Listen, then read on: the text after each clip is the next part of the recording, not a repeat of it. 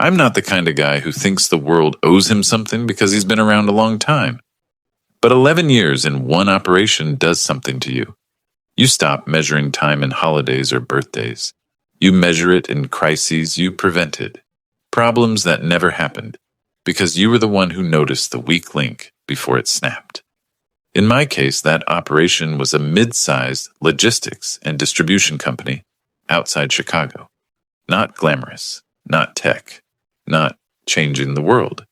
Just pallets, contracts, carrier relationships, warehouse labor schedules, and a routing system that could either save the company millions or quietly bleed it to death if it was handled by someone who didn't understand it. I didn't start out as operations. I started as the guy who stayed late because the WMS was crashing and nobody else knew what that error code meant. The guy who answered a carrier at 10:47 p.m. because if I didn't, the line haul wouldn't show up and Monday morning would turn into a disaster. Over time, people started saying it like a joke. Ask him, he'll know. At first, it felt good, like I mattered. Later, I realized it was a trap. Because when you're the person who always fixes things, leadership stops seeing you as someone who should move up.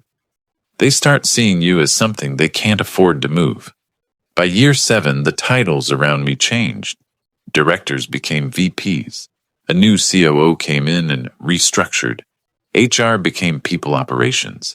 We got new mission statements, new values posters, new quarterly all-hands decks with the same promises. But my desk stayed in the same place, right between the warehouse floor and the conference rooms. Close enough to hear executives talk about numbers. Close enough to hear forklift drivers talk about reality. And in the middle, I learned the truth of corporate life. The company didn't run on strategy. It ran on whoever knew how to keep the wheels from coming off. That was me.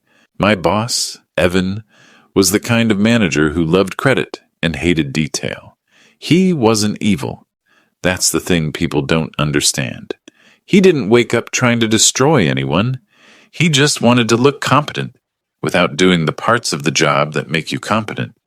He'd walk the floor twice a week, clap people on the shoulder, say things like, "We're a family," and then disappear into meetings where he'd repeat whatever I'd told him the day before. Like it had been his idea. I tolerated it because I told myself it was temporary. Because leadership changes. People leave. Eventually the numbers speak, right? Eventually someone notices. Then 2 years ago, the company brought in a new HR business partner named Lindsay. If you've ever worked in a corporate environment, you know the type. Polished, always smiling, always using the right words. Alignment, bandwidth, stakeholder management.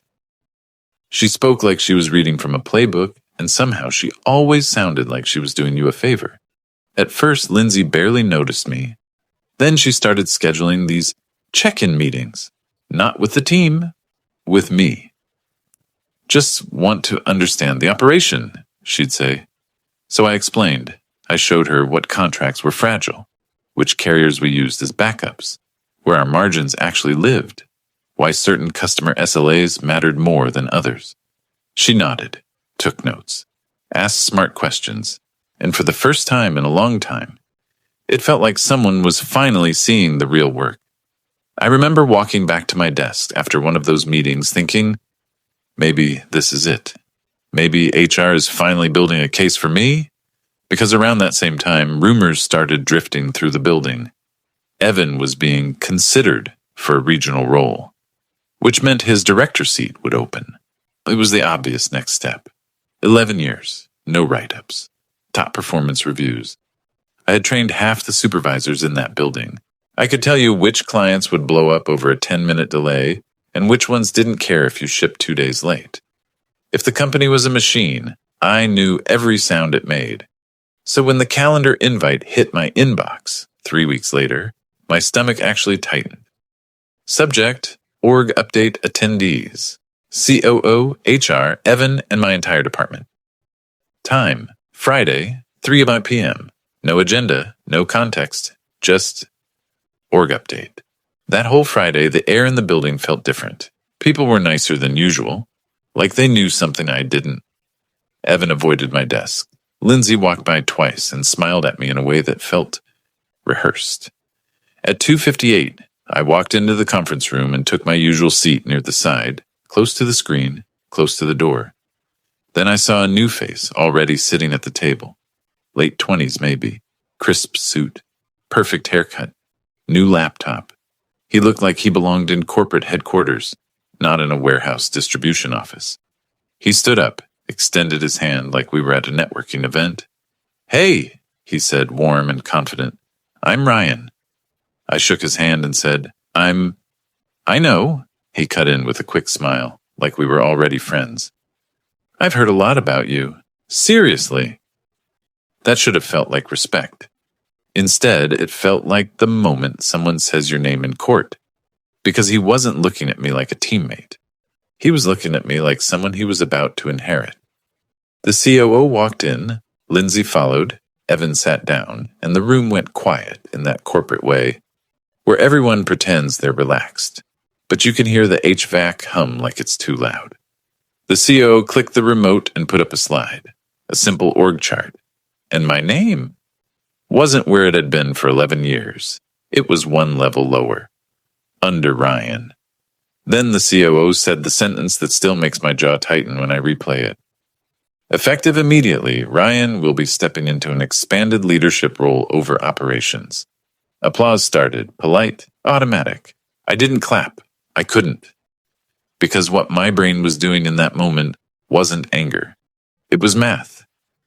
I was calculating what happens to a company when the person who knows how it actually runs gets demoted beneath someone who's been here for 6 months. Someone HR calls high potential. And while the room smiled and nodded, Lindsay's eyes flicked toward me just for a second like she was checking whether I would behave. That's when I understood. This wasn't just a promotion, it was a test. And if I failed it, they already had a plan for what to do with me. But that was just the beginning. On Monday morning, Ryan showed up like he'd been there for years. Same confident smile, same crisp shirts, same "let's keep things positive" tone that people use when they're about to make your life harder. He didn't walk the floor first. He didn't ask the supervisors what was breaking. He went straight to the conference room and sent out a meeting invite titled Operational Alignment, New Workflow. Everyone on my team, me included, Lindsay from HR, Evan, and Ryan sitting at the head of the table like he'd earned the chair. He started with a compliment. "I've heard this operation runs because of the people in this room," he said, looking around like a motivational speaker, "and I want to honor what's been built here."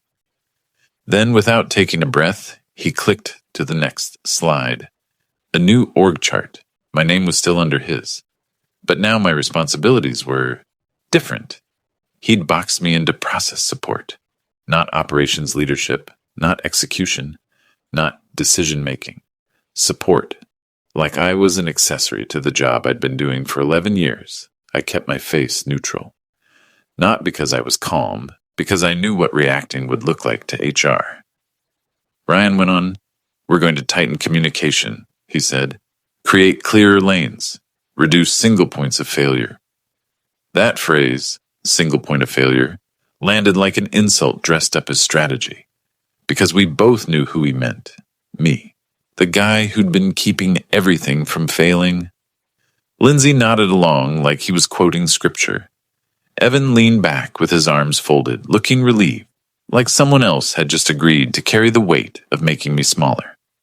Then Ryan said the thing that turned my stomach. "Starting today, all vendor communication funnels through me." I blinked. "All of it?" He smiled like I'd asked a cute question. "Yep. We want consistent messaging. Consistent messaging." We had carriers who only picked up because I knew which dispatcher to call after hours. We had one client who would threaten to cancel over a single late trailer, unless I called him personally and explained the fix before he saw the miss in his portal. That wasn't messaging. That was relationship management. Trust, history, and Ryan wanted it to funnel through him like it was a help desk ticket. I looked at Lindsay. "That's not realistic. There are escalations that—" Ryan cut me off politely. "That's why I'm here," he said. To take that burden off you. Off me. Like he was doing me a favor by taking away the only leverage I had. The meeting ended with him assigning new owners to things he didn't understand. A supervisor who had never negotiated a rate suddenly got carrier performance. A junior analyst who still asked me how to run basic reports got KPI dashboards. And me, the person who knew where every operational body was buried, got process documentation. When the room cleared, Lindsay stayed behind. She closed the door softly and smiled. I know change can feel personal, she said, but this is about growth for everyone. I'd learned over the years that HR doesn't say things like that unless they're trying to calm you down before they do something worse. I kept my voice steady. So why wasn't I considered? Her expression didn't change. Ryan has leadership presence, she said carefully, and he's been very proactive. Proactive. I'd been proactive for 11 years. The difference was my proactivity kept the building running, while his proactivity showed up in meetings. Then she added, almost as an afterthought, and honestly, you're so critical where you are. We didn't want to disrupt the operation. There it was. The real answer. They didn't promote me because I was too useful to remove. They didn't want to disrupt the operation, so they disrupted me instead. That afternoon, Ryan sent his first email to vendors. I know because 3 carriers called me directly within an hour. Hey, one dispatcher said, voice tight. Your new guy just threatened chargebacks for late pickups.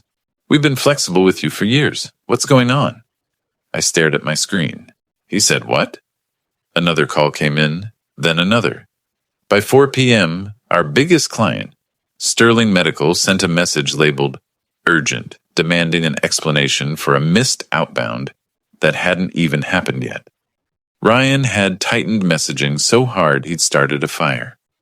I walked to his office because yes, they gave him one, and knocked.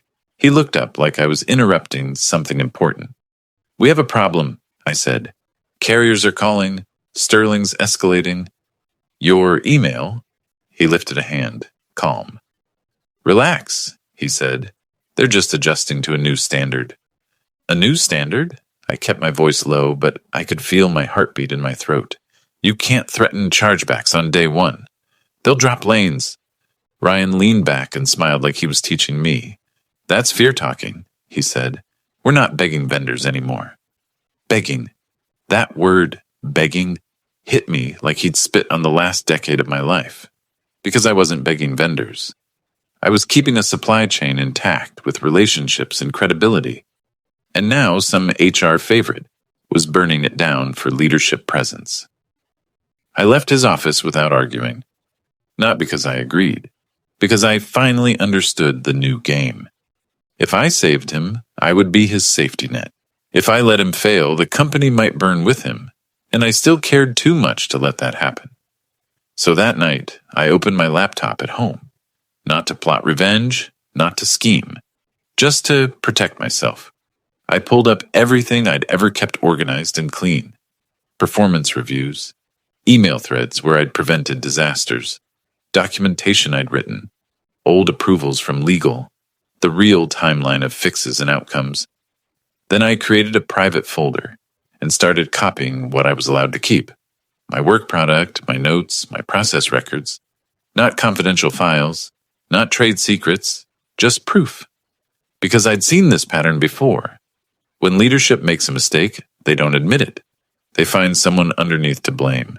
And I was already underneath. And then near midnight, my phone buzzed. A text from one of the warehouse supervisors. Heads up.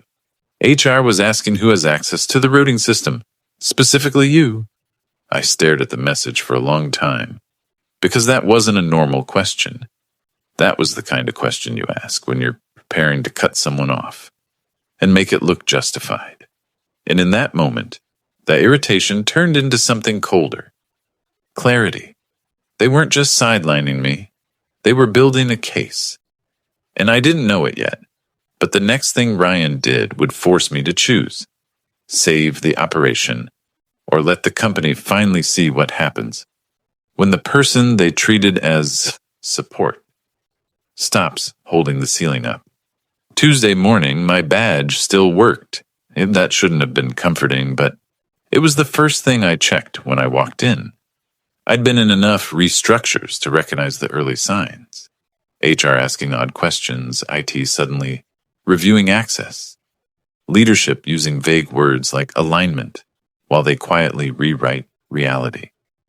When I got to my desk, there was an email from IT with a subject line that made my stomach drop. Access review, routing platform, action required. It wasn't aggressive, it was polite, corporate friendly. But the request was clear: confirm your current roles, list systems you administer, and acknowledge that admin access may be reassigned to match updated reporting lines. Reassigned, in other words, Ryan wanted the keys. I didn't ignore it. I replied with facts: what I had, why I had it, what controls existed, and which access changes could cause outages. I CC'd my manager, Evan, because I learned the hard way that if you don't leave a trail, someone else writes your story for you. 10 minutes later, Ryan appeared at my desk like it was casual. "Hey," he said, leaning on the cubicle wall. I reached out. "Yeah," I said. I responded. "You should be careful with admin changes on routing. If you break tender logic, you'll feel it within hours." He smiled, the same calm smile. "That's why I'm standardizing it. You've been caring too much. I want it centralized." "Centralized where?" I asked. He didn't blink. "Under leadership."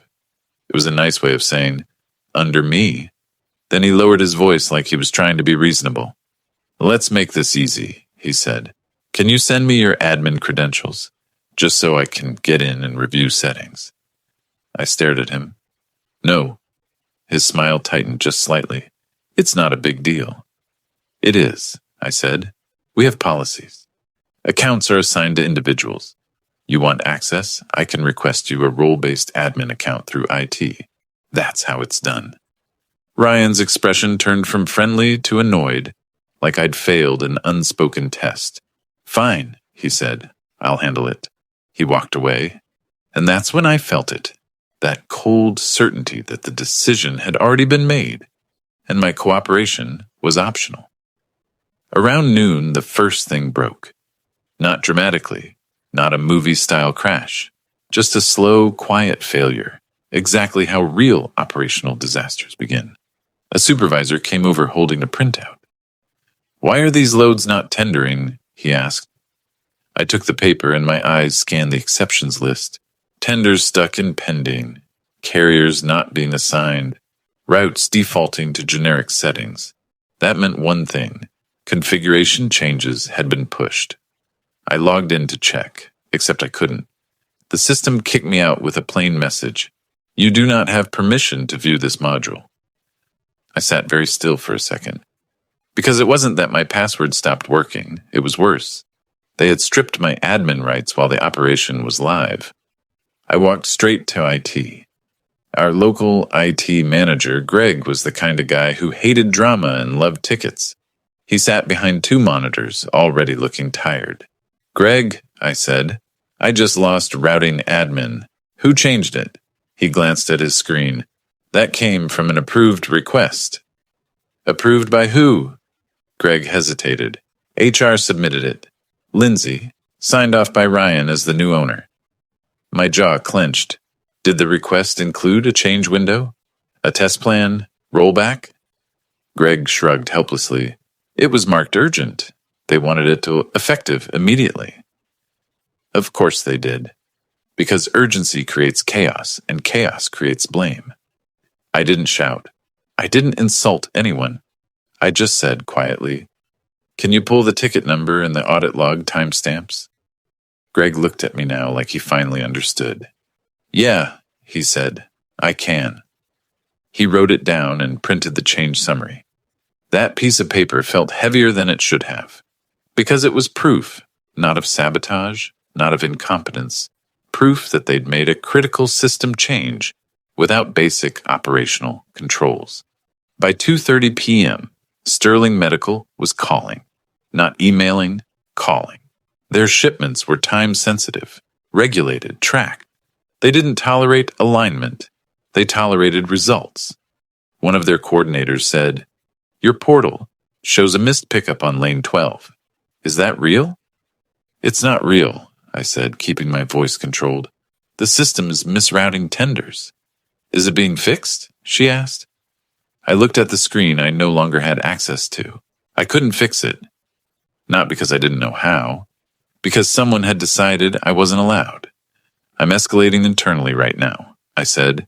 "Give me 15 minutes. Then I walked to Ryan's office without knocking. He was on a call. He waved me off like I was an annoyance. I waited anyway. When he finally muted and looked at me, I held up the printout. "Your access change broke tender logic," I said. "Sterling is escalating. We need rollback or temporary admin restoration." Ryan's face stayed calm, but his eyes narrowed. "I didn't break anything," he said. "IT made the change." "It executed your request," I said. "There's a difference. We can fix it, but I need access." He stared at me for a second, then leaned back and said something that told me exactly who I was dealing with. "If you're the only one who can fix it," he said, "that's exactly the problem."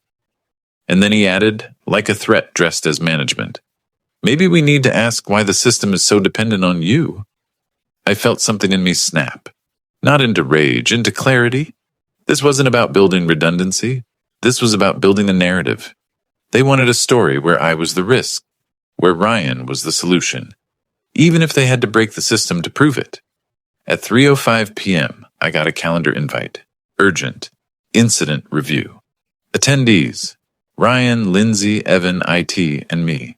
When I walked in, Lindsay was already seated with a folder in front of her. Evan wouldn't look at me. Ryan sat relaxed, like he was hosting. Lindsay opened with a professional tone. "We've had reports of disruption in routing," she said. "Ryan is concerned about stability and control. We need to clarify roles and access." Then she slid a single sheet of paper across the table toward me. It was an acknowledgement form, a bland title, HR language. But one line made my blood run cold. "Employee confirms no independent access changes have been made outside approved leadership direction." It was a trap. If I signed, I'd be agreeing to their narrative, that the only approved leadership direction was Ryan's, and that any future fix I attempted without his blessing could be framed as unauthorized. If I didn't sign, I'd look uncooperative. Ryan watched me like he already knew which box he wanted to put me in. I didn't argue. I didn't raise my voice. I simply pushed the paper back and asked one question. "Before we talk about blame," I said, "can we look at the ticket and audit log that shows exactly who requested the access change, what time it was executed, and what settings changed?" The room went quiet. Greg from IT cleared his throat and said, "I have the ticket number." Lindsay's eyes flicked to Ryan, just for a fraction of a second. And in that tiny moment, I got my first real emotional wins since the org update. They weren't in control of the facts. They were in control of the story. And facts, if you handle them correctly, have a way of cutting through story. Greg read the timestamps. He explained the lack of change window. He admitted the request was marked urgent from HR. Lindsay didn't smile anymore. Ryan's jaw tightened. Evan stared at the table like he wished he could disappear.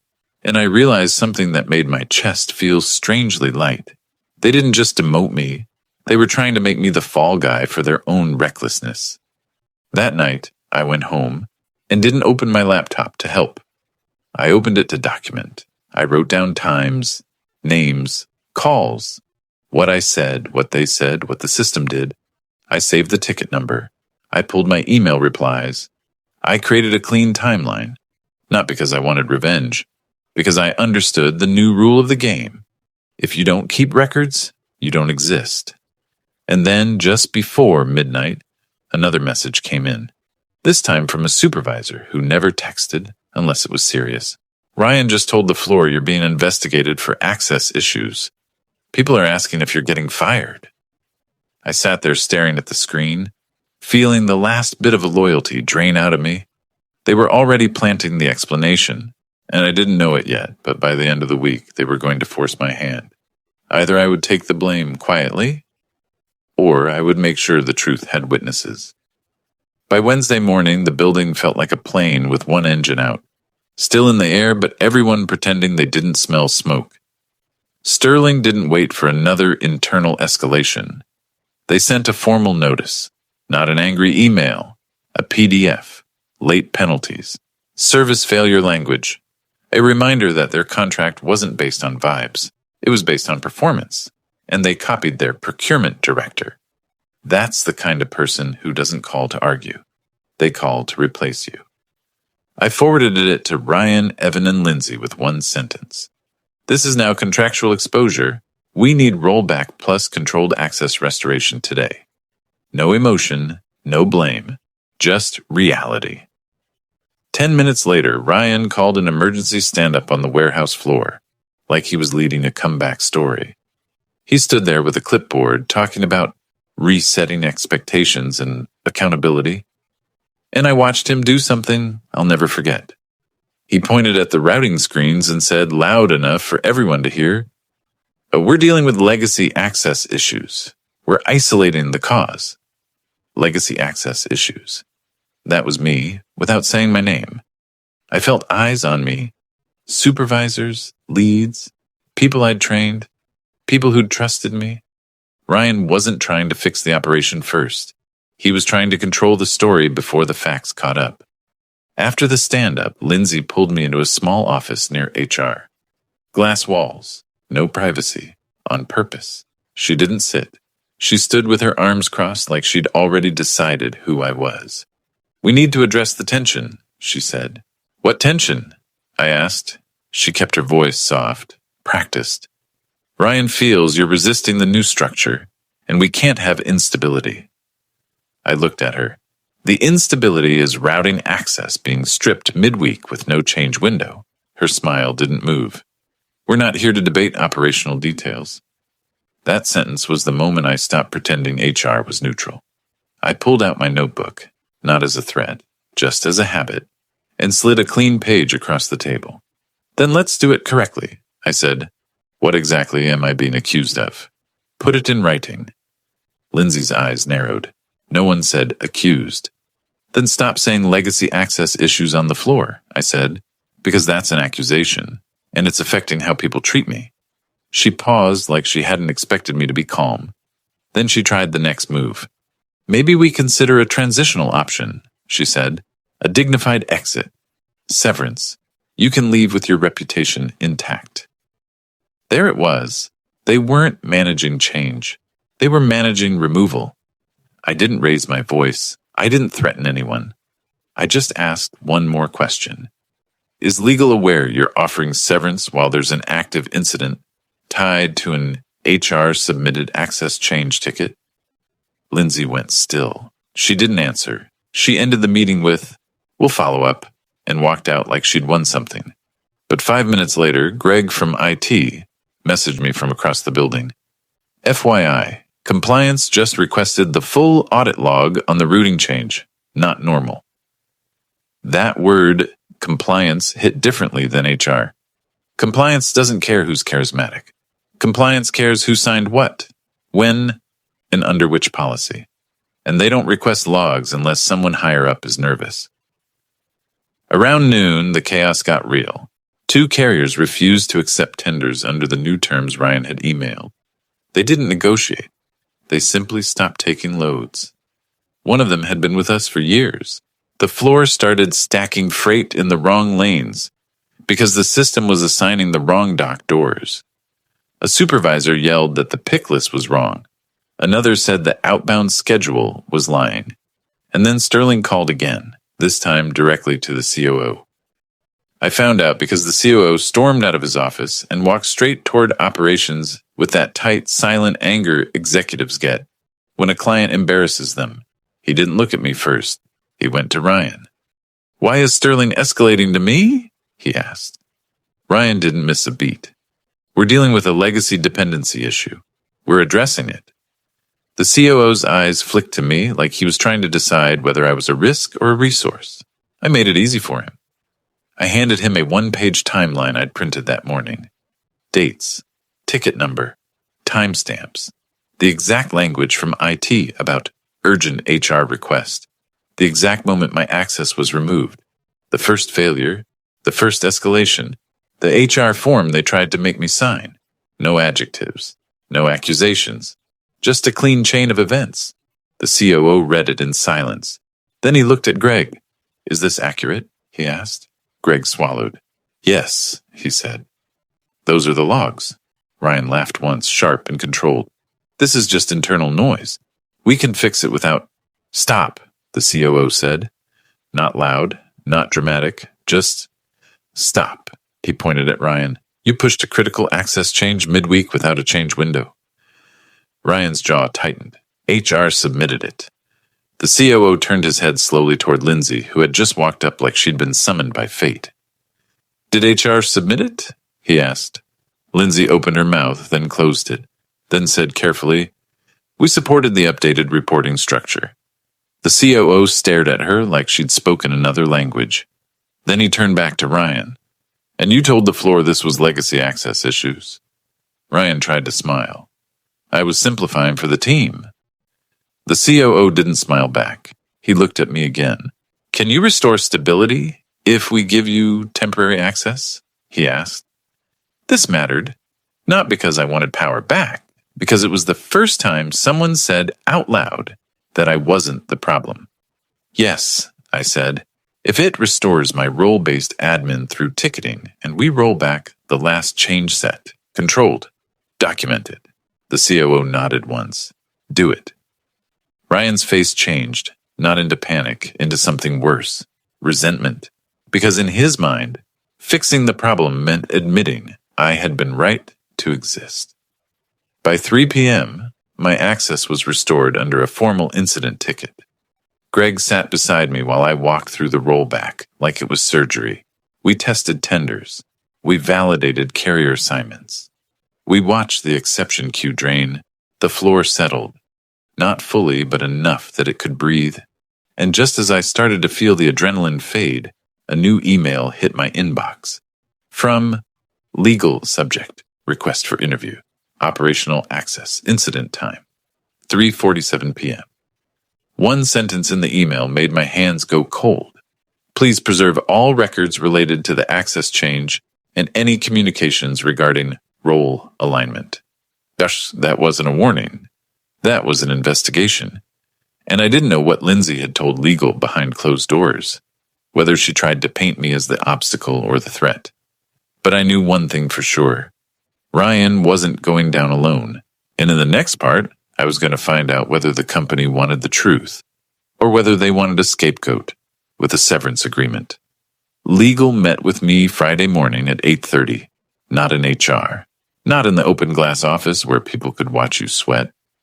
In a small conference room near the executive wing. No windows, a speakerphone in the middle, and two people I'd never seen in my life sitting across from me with laptops already open. One introduced herself as outside counsel. The other was internal audit. Ryan wasn't there.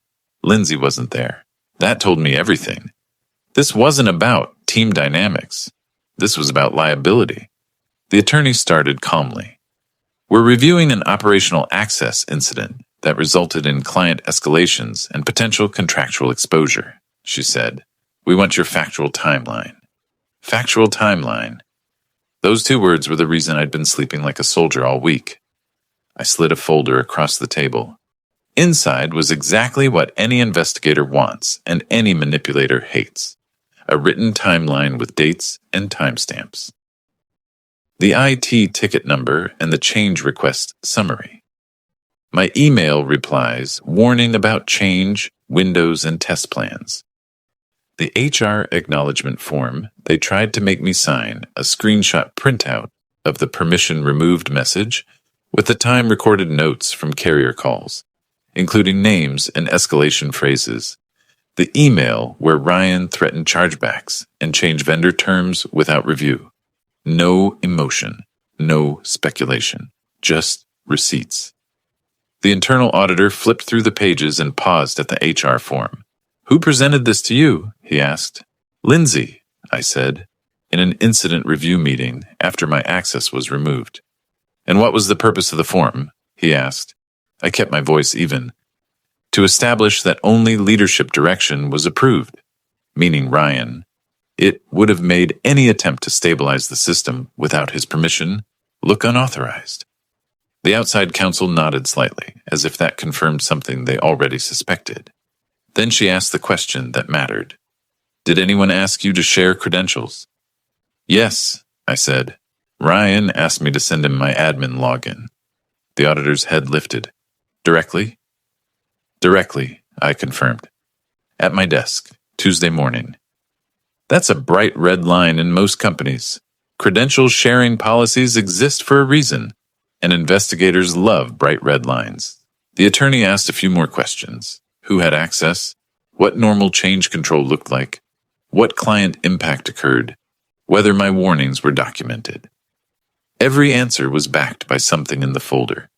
When they were done, the attorney said, "Thank you. Please do not discuss this matter internally while we complete our review." Then she added carefully, "If anyone pressures you to sign documents or accept separation during this review, notify us." I didn't smile. I didn't celebrate. I simply nodded, because that sentence was the closest thing to protection I'd had all week. At 10:12, I walked back onto the floor and saw Ryan standing near the shipping office, laughing with Evan like nothing had happened. When he saw me, the laugh didn't reach his eyes. At 11:00, Lindsay scheduled a touch point with me. I declined it and replied with one line. "Please route any requests through legal while the review is active." There was no response. At 1:40 p.m., the COO called a meeting with only 3 people. Him, Lindsay, and Ryan. I know because our executive assistant, who had always been kind to me, walked past my desk and quietly said, "You might want to stay available." At 2:25, Greg from IT sent me another message, shorter than the last. They pulled Ryan's admin access. That was the moment my chest finally loosened. Because companies do a lot of things quietly when they don't want witnesses, but they only remove access like that when they're done trusting you. At 3:10, Sterling's procurement director emailed again. This time, the tone was different. They thanked us for the rapid stabilization, acknowledged the disruption, and asked for a formal corrective action plan, signed by leadership, not a threat, a requirement. I forwarded it to the COO and added, "I can draft the corrective action plan and controls if you want it in place by end of day." He replied in 5 minutes. "Yes, and thank you." That was the first genuine thank you I'd received from leadership in years. An hour later, Lindsay appeared at my desk, but she didn't have her polished smile. She stood at a careful distance like she wasn't sure how close she was allowed to get anymore. "We're reviewing role structure," she said. "There may be changes." I looked up at her. "Okay." She waited for me to react. I didn't. Then she tried again, softer. "We want to ensure you feel supported." I almost laughed, but I didn't. "Then put things in writing," I said, "and align them with policy." She nodded once like that was suddenly her favorite idea, and walked away. At 4:50, the COO asked me to step into his office. He didn't waste time. "We're making adjustments," he said. "Ryan will no longer oversee operations." He didn't say the words fired or terminated. Executives rarely do in the moment. But then he added, "HR will also be undergoing review. Lindsay is being reassigned pending findings." I kept my face neutral, but inside, the satisfaction was sharp and clean, not because people were losing power, because the truth had finally been louder than the narrative. The CEO leaned forward. "I'm going to be blunt," he said. "You should have been considered for that role. You were overlooked." I didn't rush to accept an apology. I didn't need it. I asked the only question that mattered now. "What happens next?" He slid a document across the desk. Not a severance agreement, a formal letter. "Interim operations lead, effective immediately, a compensation adjustment, a clear scope, and a requirement that any systems access changes required change control and audit approval. In other words, they weren't giving me power as a favor. They were giving me responsibility, because the company had finally learned what happens when you treat the person holding the ceiling up like disposable support. I signed it, calmly. Then I went back onto the floor and did what I'd always done, made sure the operation ran. But this time, people looked at me differently. Not like the guy who fixes things quietly. Like the guy who couldn't be erased anymore. And the best part wasn't that Ryan lost his title, or that HR lost control of the story. The best part was this. I didn't win by yelling. I didn't win by scheming. I won by keeping records, staying professional, and letting the facts do what facts always do when they finally get a room to speak in.